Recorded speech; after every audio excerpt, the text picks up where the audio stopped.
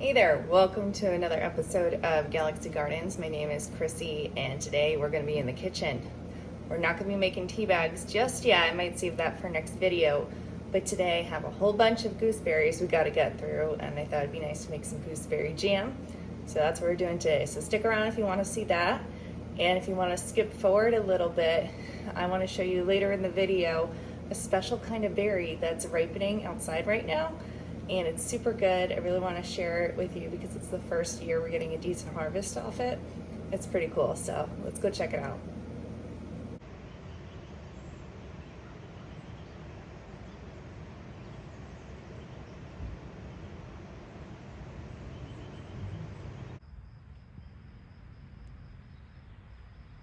There's the mama and her babies.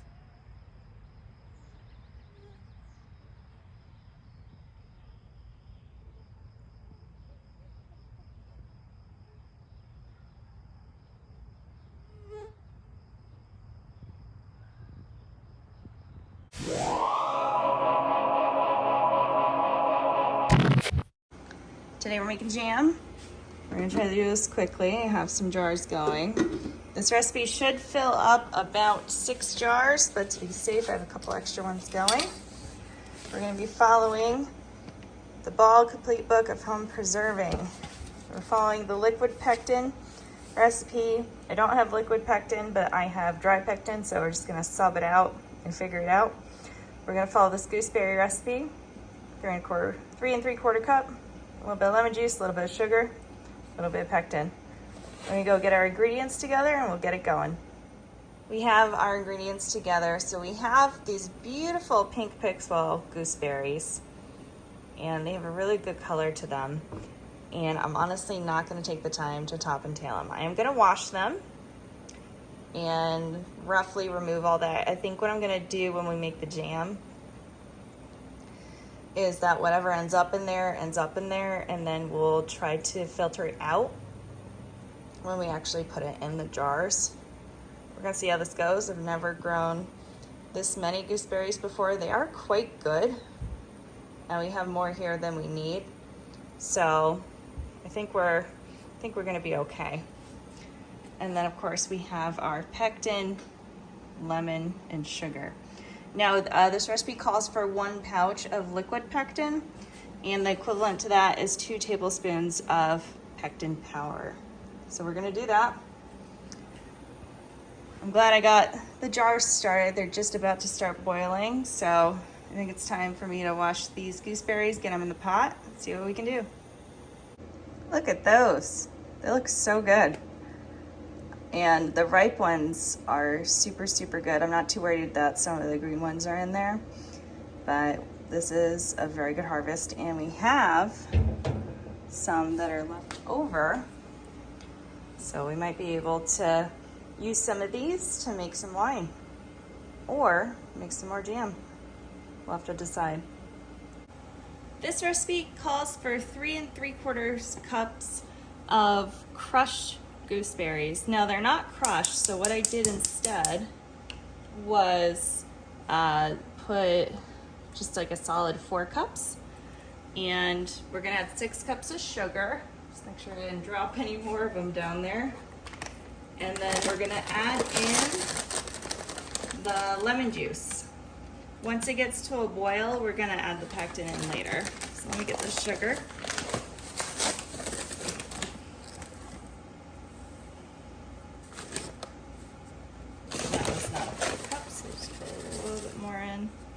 There you go. Now add the lemon juice in. We're gonna get this stirring, and we'll come back soon. This is a relatively simple recipe, and that's why I like the Ball book. Some people don't like it, I don't know why. You can see the berries that were on the bottom are already starting to break down. Some of the sugar's starting to melt. That's what takes the longest, is the sugar start melting. That's gonna do its thing. And now you might be worried about the stems being in here, and you know, how is that gonna affect longevity of the jam once we can it?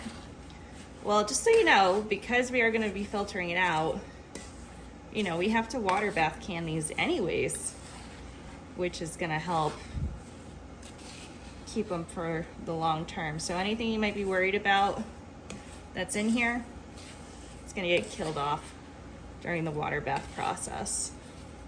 So already I think this is gonna have a really brilliant pink color. So let me melt this down a little bit more. We'll come right back. I've been waiting several years for these gooseberries to give us like actually enough berries that we can do something with it. I think I planted them, I think the first spring we were here, so now this is 3 years later.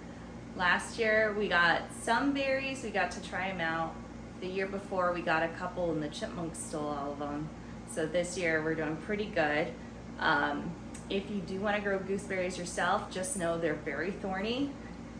We got a little bit stabbed up when we were getting them, but I really think it's going to be worth it. They have such a unique flavor, and I just highly recommend them for eating them raw or putting them in other recipes. So I'm excited to make this jam. I don't know if we'll have quite enough to make like a gooseberry pie, but maybe we'll make tarts, maybe we'll make more jam. Honestly, I like the idea of making them to wine. We already have raspberries we're going to do that for. We're going to do it with the blackberries when they come in. We have strawberries we're going to do it with. And then ideally, when the huckleberries come in, we'll see how many we get. We might have just enough to make jam with those too, but if we have enough to make wine, that's going to be really interesting. Our jars are almost ready, which is perfect. Now that the gooseberries have been breaking down, we have a really nice slurry going on. I wanted to show you this really nice spoon my mother-in-law gifted me for my birthday. There's another one that's getting washed right now. And the second I saw them, I knew I wanted them to be my jam spoons. So these are now my spoons to make jam with. I will say the gooseberries are a little more resilient than I thought they would be. I thought for sure they would break down a bit faster. But we're gonna bring this to a roll and boil. Got a little bit more of a ways to go, and then we'll add our pectin, and we'll be ready to start canning them up. So I'm just breaking these up. Give you a little more time. We'll come back. It's time for the pectin, but look at the color on that. Very, very nice pink color. This is exactly what we were waiting for. So it's foaming up, and you can't put it back down. So I am gonna just cut it just a little bit because I don't want it to boil over while we do the pectin. Let's keep stirring this. Let's see if I can do this with one hand. Oh my. I'm gonna be really careful at this point. You don't want it to burn. So 2 tablespoons of pectin. And then what we're gonna do, once it's in there, is we're gonna stir it for exactly a minute. So I'm gonna wait for this to turn to 8 o'clock. Second it goes to 8, perfect. There's 1. There's 2. We're gonna stir this for 1 minute.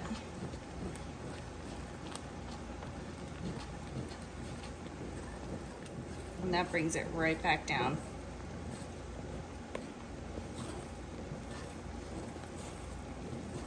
You don't want to do it for more than a minute. I promise if you do that, you're going to get a really, really thick jam. And while it looks pretty watery right now, this is going to set really, really nice. So just keep stirring it.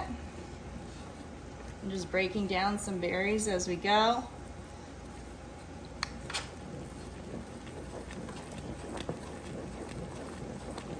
Make sure everything dissolves.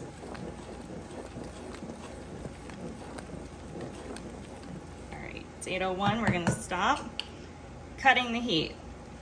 Okay, now I need to go take our jars out. This whole process for me to get everything together took a little bit, but actually getting the jam to this point took like 10 or 15 minutes.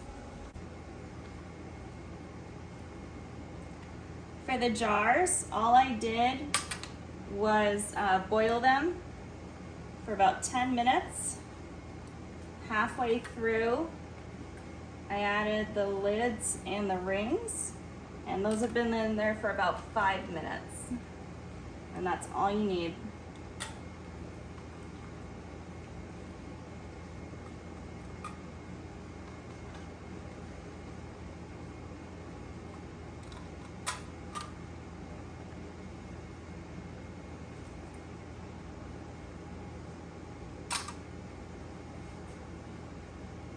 So I only did 6 of the rings and the lids for now because I want to see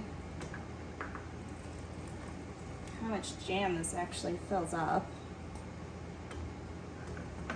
I don't want to waste the lid if it does actually only fill up 6 of these.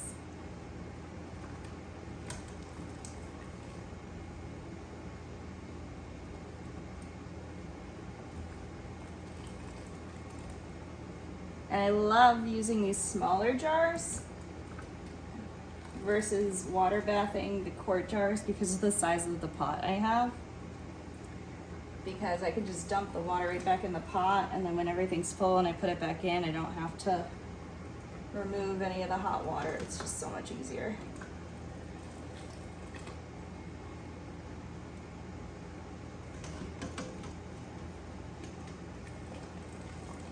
All right. Perfect, got those out. I'm gonna toss in a measuring cup, a little spatula guy, and I'll meet you back here in just a second. With this calmed down, you can see a little bit about the seeds coming out. This is beautiful, deep, almost like cranberry color. Look at that. I actually need to disinfect my strainer, so I'll be right back. I caught myself. I said disinfect. What I meant was sanitize. So we have everything now. So let's see how much we got. I have a feeling it's going to be more than these jars.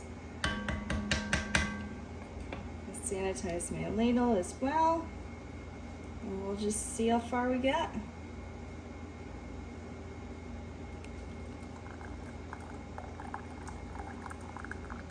You know, some people are gonna see this and be like, oh my God, best part is actually having the berry in it. And I'll tell you, I'm sure it is. I just don't have time to top and tail them. Oh, that works perfect. Love it. And this is not gonna go to waste at all. I'm going to zoom in on this in a second.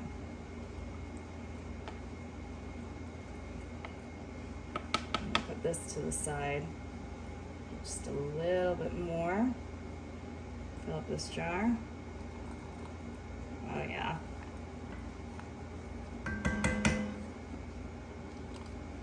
It's the perfect amount for that jar. All right. Take this one out. Let me show you what we got. We'll move on to the next one. Already stunning color. But coming over here, this is gonna be our discard. I think I'll use that for something else, or I'll just compost it. Honestly, it's our first year. We have plenty more gooseberries. But I'm gonna put this to the side. We'll keep filling these up and get going.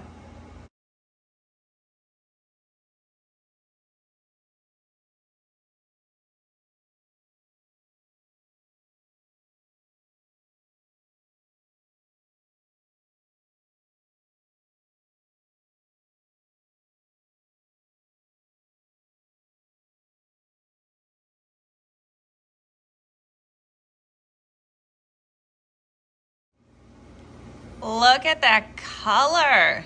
Oh my goodness. It's kind of like apple scented candle. Looks gorgeous. I am glad that I put the extra 2 jars to the side, because if I did actually prep the berries and put them in the jars, we probably, I don't know. I'd say between 8 and 10 jars with the amount of berries I put in, but I got no complaints. So we'll save the extra 2 jars in their lids. I'm actually gonna go over here because this has cooled down a little bit. I'm just gonna try this. Oh my God, that's actually really good. That's really good. I've never had gooseberries before or gooseberry jam. I literally saw these and I was like, well, let me buy them and grow them. And if I can do that, I'll try them. Because they don't really sell them around here. I could probably get the jam, but they don't sell them in the store. So this is what we're left with. I'll bring it over here. It's sticky, but this looks like a bunch of grapes. I could probably actually reuse this. You know what? I'm gonna put this in the fridge. I'm gonna consult Greg because he is our resident brewing expert. Excuse me. I bet I can use all that to make wine. I really do. I'll have to ask him. I'll get back to you guys about that. But A+.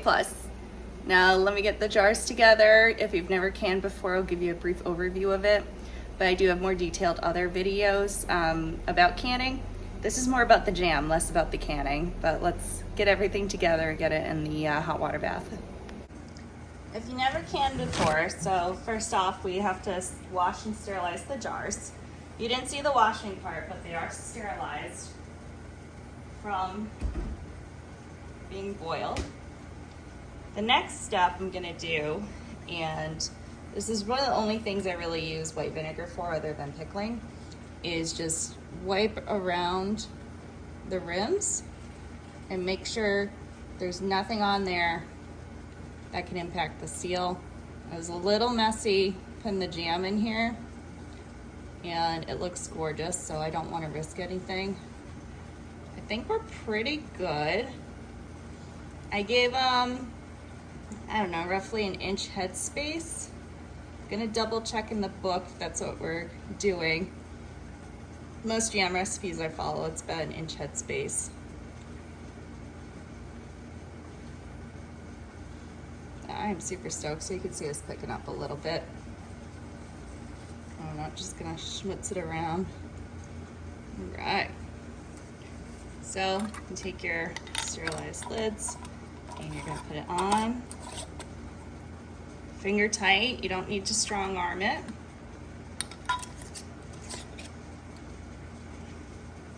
My, that's hot.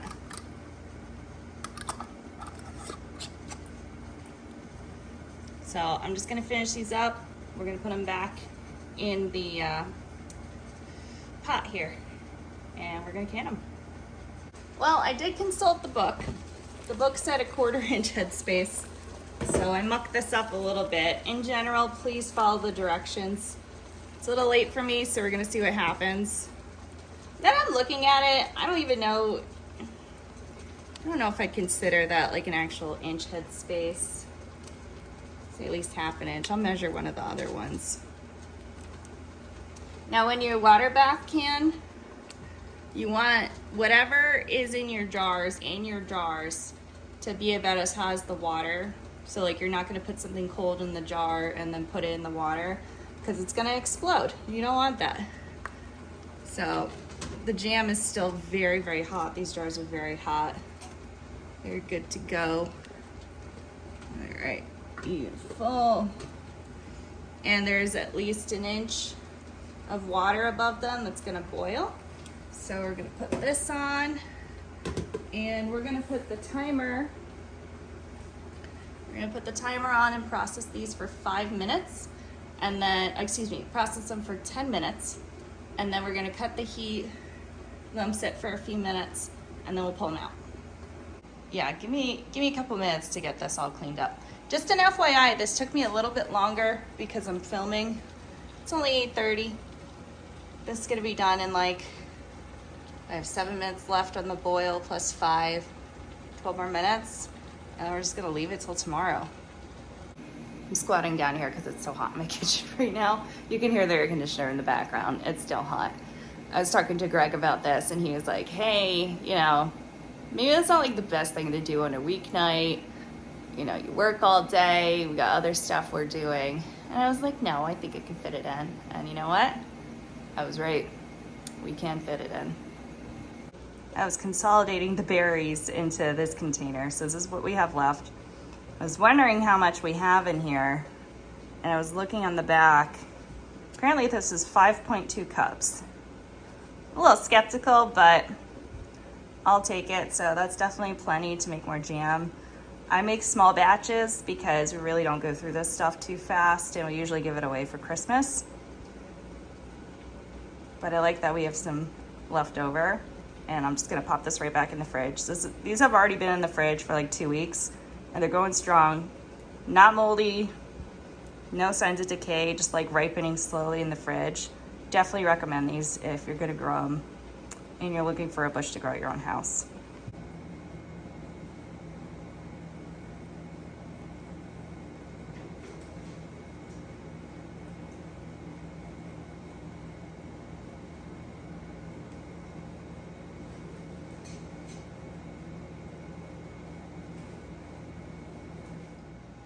Well, look at those. Aren't they pretty? A couple of them already had their lids pop, which is a good sign. So we'll leave them till tomorrow. Make sure they're all cooled down. Make sure the jam sets. Now we're just gonna pop one open again and see how it comes out. I think from this angle you can kind of see the color a little better. I know the red towel underneath isn't helping. Let me actually grab my tongs here. Actually, I'm gonna lift one up. Once you take them out, you don't really want to mess with them. Let's just get one little guy. Just bring it over here into the light. Look at that. Doesn't that look nice?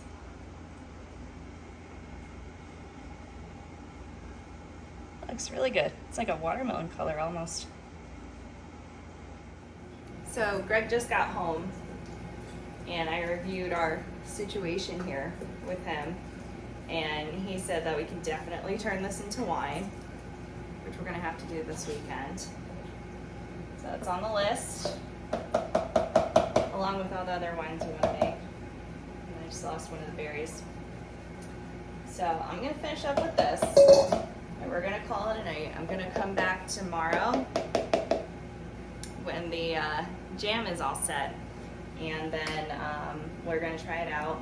In the meanwhile, I wanna go to that berry, that unique berry that's outside that I wanted to show you, so we're gonna cut to that.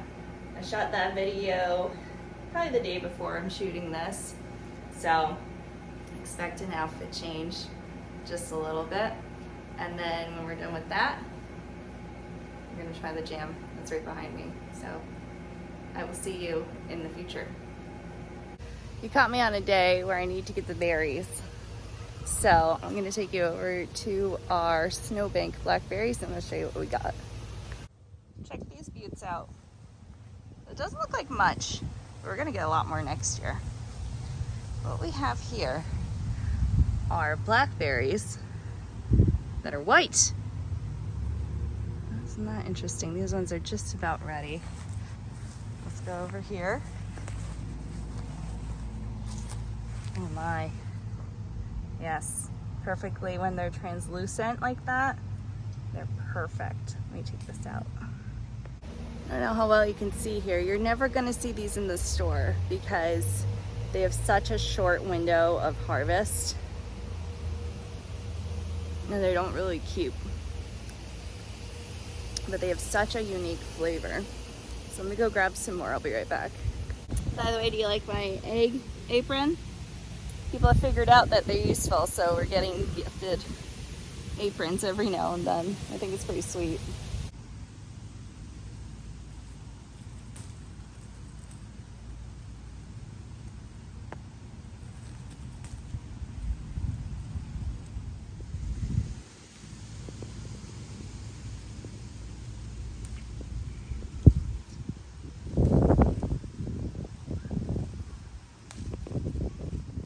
gonna have to go actually get a container for these, or maybe I'll just put them in my egg pouch.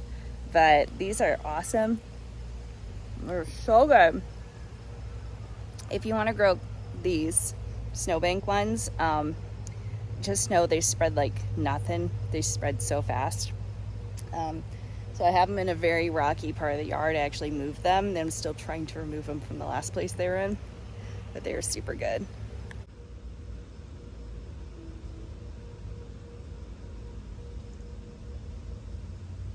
Welcome to the next day.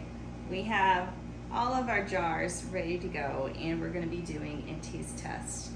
I want to make sure they're all sealed. They all appear to be. So the next step is to take the ring off. We're actually just going to give it a brief. I think we're good. I think we're good. Always take your rings off 24 hours after you can. That's how long it gives it time to cool down, do its thing. Make sure it's sealed. If any of these were not properly sealed, we would use that one first. And I've never made this recipe, so I'm not sure how much they've actually set. I'm gonna go make a piece of toast really quick. I'm gonna come right back and we're gonna pop these open. We're back with some toast. I have my jar opener. Oh my. There you go. Easy open. You can see in here, nice gloss to it. I would say this did not set as much as I would hope, but let's see.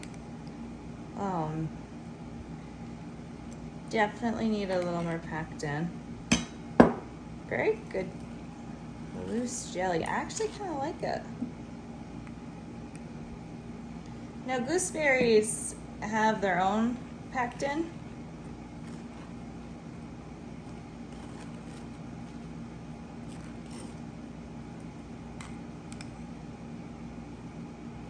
I also didn't leave the berries in there. There we go, that's our piece of toast. Let's give it a try. All right, I haven't tried the toast yet. I'm already gonna give this about a 7 out of 10. I'm gonna say maybe adding a little more pectin would have been the way to go. Or maybe using the liquid pectin.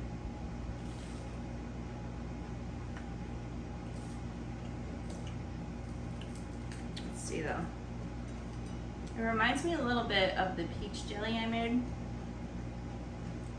I mean, it doesn't really go anywhere once it's on there.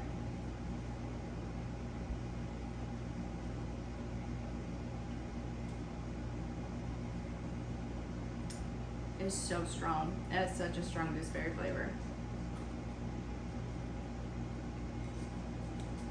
I'd say flavor-wise, definitely a 9 out of 10. Consistency-wise, 7 out of 10. Oh yeah. Here's a little close-up. So you can see it's not fully set. I think this would be really good on pancakes or drizzled on top of other items. And I think this would have set a lot better if I had left the berries in it, but again, I was not going to take the time to top and tail everything. So this will all definitely get eaten. Theoretically, I could take it out, heat it back up with more pectin, and then try to can it again, but we're not going to do that. We're going to call it a day. Look at that though, up in the light. Really, really good color to it. Look at that. Although my jam personally came out a little bit runny, if you follow the recipe and in the boiling stage, if you remember where I put the pectin in and I cut it at exactly a minute, you could cook it a little bit longer until it gets to a thicker place. So when I was filling up the jars, I was looking at it and I was thinking to myself, it looks a little runnier than usual, but I've never made this with gooseberries. Maybe that's just how it is. Turns out it's not. Boil it for a little longer. I'm not saying for like 5 minutes, maybe like a minute and a half, 2 minutes. You really have to judge by what it looks like and what it feels like while you're stirring it. I will say, I did give some of the jam to Greg to try, and we got the stamp of approval for flavor. So it does taste really good. I'm gonna decide this weekend whether I wanna toss it back in the pot to heat it up again, to thicken it up. I don't think it needs any more pectin. If you were worried about it, you could add a little bit more in there. I believe I did 2 tablespoons. You could probably put like 1 more in if you really wanted to experiment with it. But then I'll have to clean the jars and then pull out a few more lids. So I'm gonna think about it. I don't really mind it being a little bit more runny, but because we do give it away for gifts, I might want to reset the rest of it before I give it away. Although you could absolutely add it to like yogurt, put it on top of oatmeal. I don't know, dip stuff in it if you wanted to. It does taste really good. And we'll go from there. So not my best recipe. I'm still putting this on YouTube. I think it's important to show the ones that don't come out perfectly. The recipe itself is solid. This is totally user error on my side. But I hope you stay well. We'll be back next time with some more recipes that do work out. And in the meanwhile, if you want to catch us on social media, check out the link down in the description. I post a lot on Instagram, but we also have a Facebook group that I'd love to see more people in. Till next time, I hope your gardening goes well, and I'm gonna try to find a way with all this jam. See ya.